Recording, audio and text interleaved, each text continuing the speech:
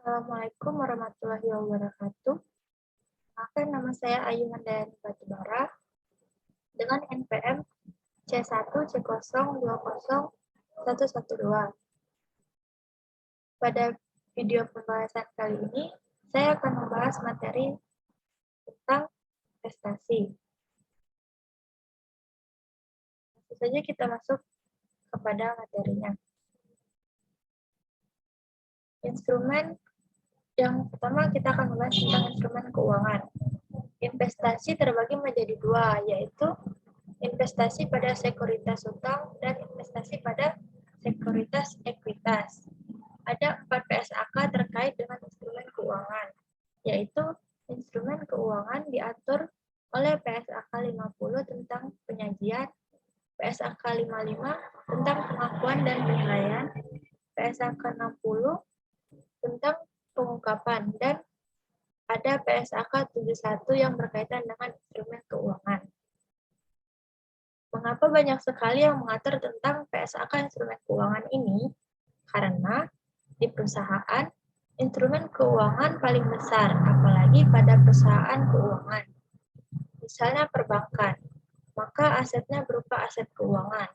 Di perusahaan manufaktur, di samping dia memiliki aset tetap dalam jumlah yang besar, juga memiliki aset keuangan dengan jumlah yang besar. Aset keuangan misalnya kas, piutang, investasi dalam sekuritas utang, investasi dalam obligasi. Kemudian investasi keuangan di samping aset keuangan dan liabilitas keuangan juga namanya ekuitas. Ekuitas juga bagian instrumen keuangan.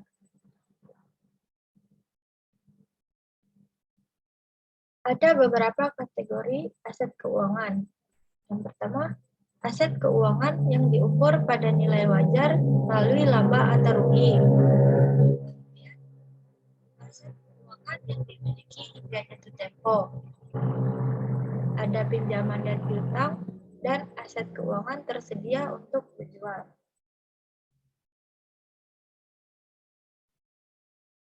Kemudian ada penurunan nilai. Suatu aset pasti ada kemungkinan mengalami menurunnya nilai aset. Bagaimana dengan aset keuangan untuk penurunan nilainya? Jika untuk kategori yang pertama, yang dinilai berdasarkan nilai wajar laba atau rugi, maka penurunan nilainya secara otomatis mengikuti penurunan harga.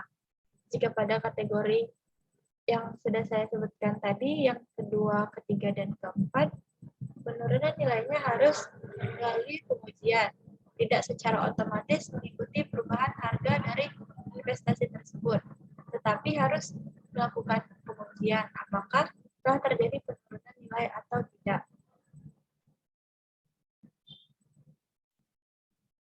Untuk menentukan apakah suatu aset keuangan mengalami penurunan atau tidak, saya akan membacakan sebuah ilustrasinya. Misalnya, saya memiliki piutang karena dulu meminjamkan uang kepada orang lain 10 tahun yang lalu sebesar 8 juta. Kemudian, saya ingin menyusun laporan keuangan tahun ini.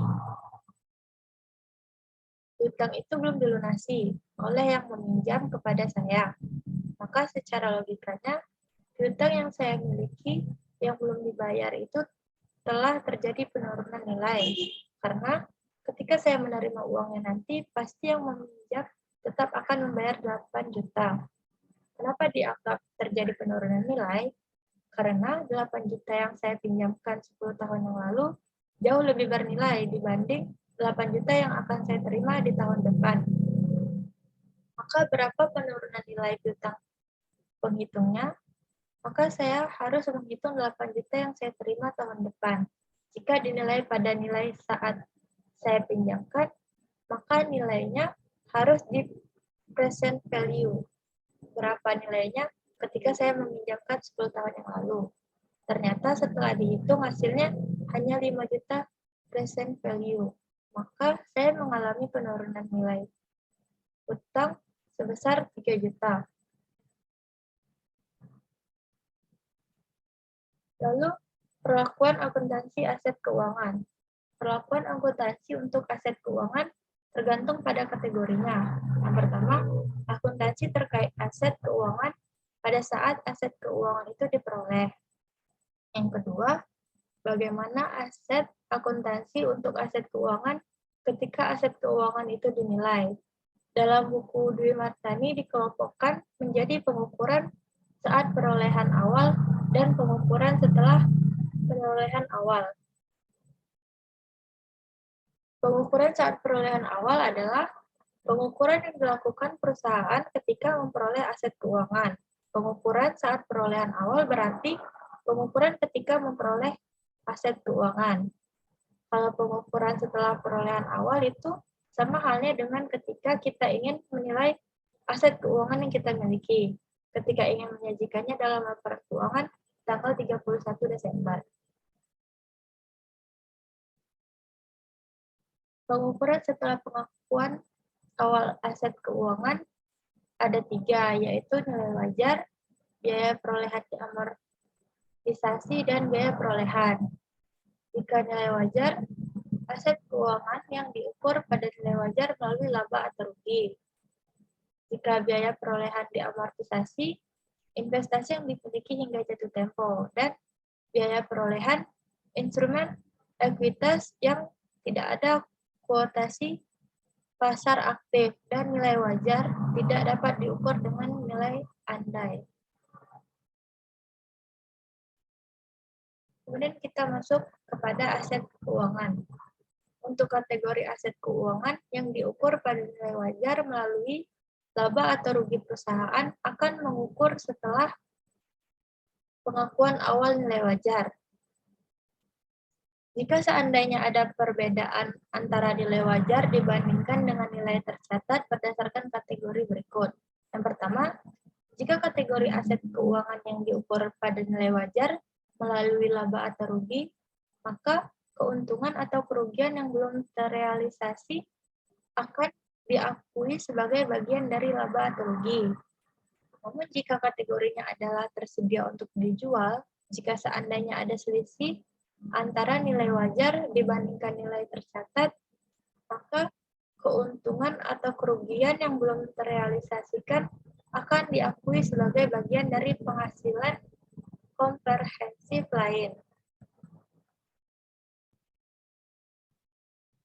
Penyajian efek sekuritas menurut SAK etap yaitu ada 3. Ada held to maturity, biaya perolehan dikurangi amortisasi, premi atau diskonto.